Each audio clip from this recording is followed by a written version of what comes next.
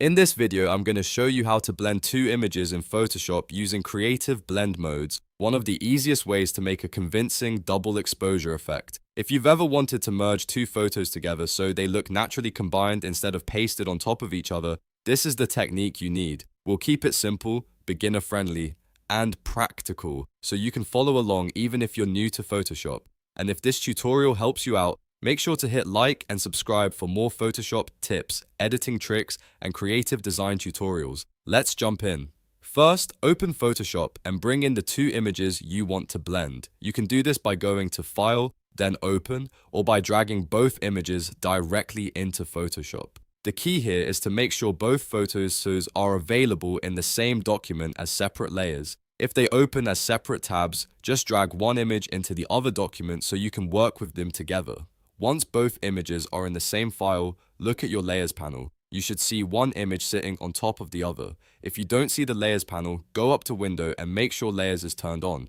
For this technique, the order of your layers matters. Usually you'll want the image with the subject or main focus on the top layer and the background image on the bottom layer. This gives you more control over how the blend effect looks. Now click on the top layer to select it. At the top of the Layers panel, you'll see a drop-down menu that says Normal. This is the blend mode menu, and it controls how the top layer interacts with the layer underneath it. Right now, Photoshop is treating the top image as fully normal and opaque. But once we change the blend mode, Photoshop will start mixing the light, dark, and color information between the two images. Let's start with Screen. Screen is one of the best blend modes for double exposure effects because it keeps the lighter areas and removes the darker ones. That means if your top image has a dark background or shadows, they'll fade away, allowing the image underneath to show through. As soon as you click Screen, you'll see the two images start to merge in a much more artistic way. This is especially effective when blending a portrait with a landscape, cityscape, or textured background. If Screen doesn't give you the look you want, try Multiply.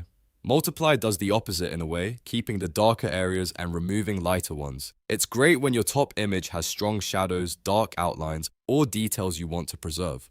Multiply often creates a more dramatic and moody result, and it can work really well if the bottom image is bright and the top image has interesting dark shapes or silhouettes. Another powerful option is Overlay. Overlay blends both images by increasing contrast and mixing tones in a more aggressive way. It makes the darks darker and the lights lighter, which can create a strong, high-impact composite. If Overlay feels too intense, try Soft Light instead. Soft Light works similarly, but it's more subtle and smoother, so it's often a better choice if you want a natural-looking blend instead of a bold, dramatic effect. The best part is that you can simply click through these blend modes and compare the results in real time. Photoshop updates the image instantly, so you can experiment until the blend looks right. There's no one perfect mode for every pair of photos, so the trick is to choose the one that best matches the tones and contrast of your images. If your images aren't blending the way you expected, don't worry. Sometimes the result depends on which photo is on top, how bright the images are, and whether the backgrounds are clean or busy. A dark portrait may look fantastic with Screen,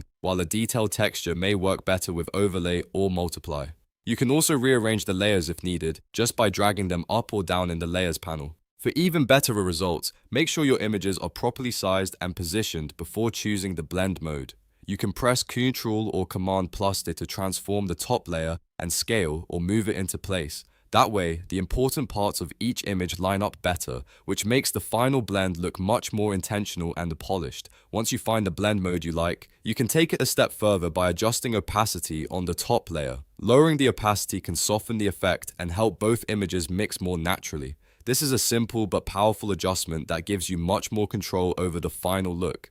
So to recap, the basic process is simple. Stack your two images as separate layers, select the top layer, open the blend mode drop-down, and test options like Screen, Multiply, Overlay, and Soft Light. That's the fastest way to blend two images in Photoshop and create a polished double exposure effect without complicated masking or advanced compositing.